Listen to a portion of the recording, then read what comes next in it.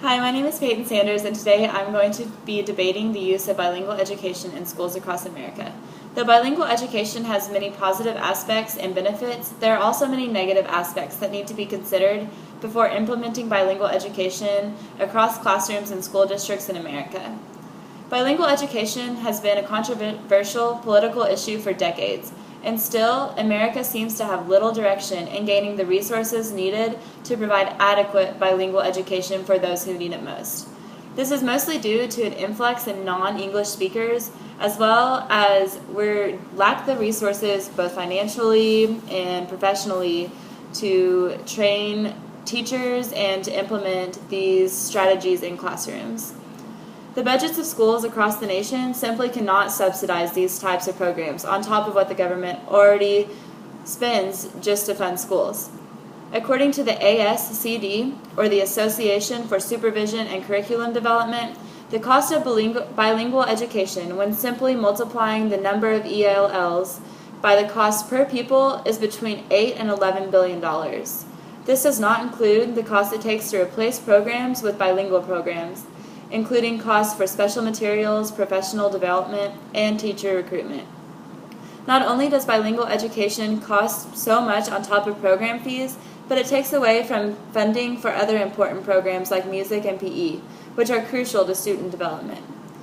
Aside from a shortage of financial resources, the nation is also lacking in trained personnel and staff members.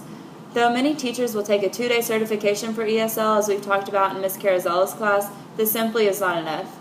2 years like we're taking is still not enough, as it seems to me. I'm in a school right now where my teacher has ESL students in her classroom, and she classifies them as special ed because she doesn't have the resources to teach them in Spanish and to help them get through how they need to get through school. Not only are ESL teachers not trained well enough, but they're few and far between. On top of the shortage of ESL certified and knowledgeable teachers, bilingual teachers can be almost impossible for school districts to find. According to an article on OccupyTheory.org titled List of Pros and Cons of Bilingual Education, another difficulty is that bilingual education in many schools means taking talented teachers away from what they are good at and forcing them to find time to plan for bilingual students. Altogether, as the need for bilingual education is increasing due to the influx of non-English speakers, we are still not able to meet the needs of these students and are falling even further behind. A third issue I'd like to raise is with bilingual education, we provide instruction for students in Spanish rather than English, and this causes people who don't speak English, it doesn't have to be Spanish, it causes them not to assimilate into the American language and culture. According to the same article on OccupyTheory.org, students have a difficulty assimilating to American culture when taught in 2 languages.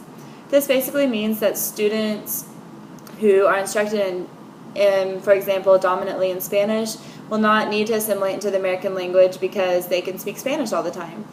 Along these same lines, this also brings up the political issue of illegal immigration. This is already a very controversial topic in politics today, also especially dealing with schools.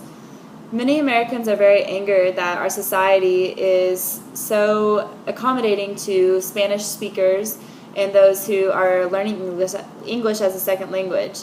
This causes a more divided society, and though diversity is encouraged in America and also welcomed, the society is torn apart by the language division.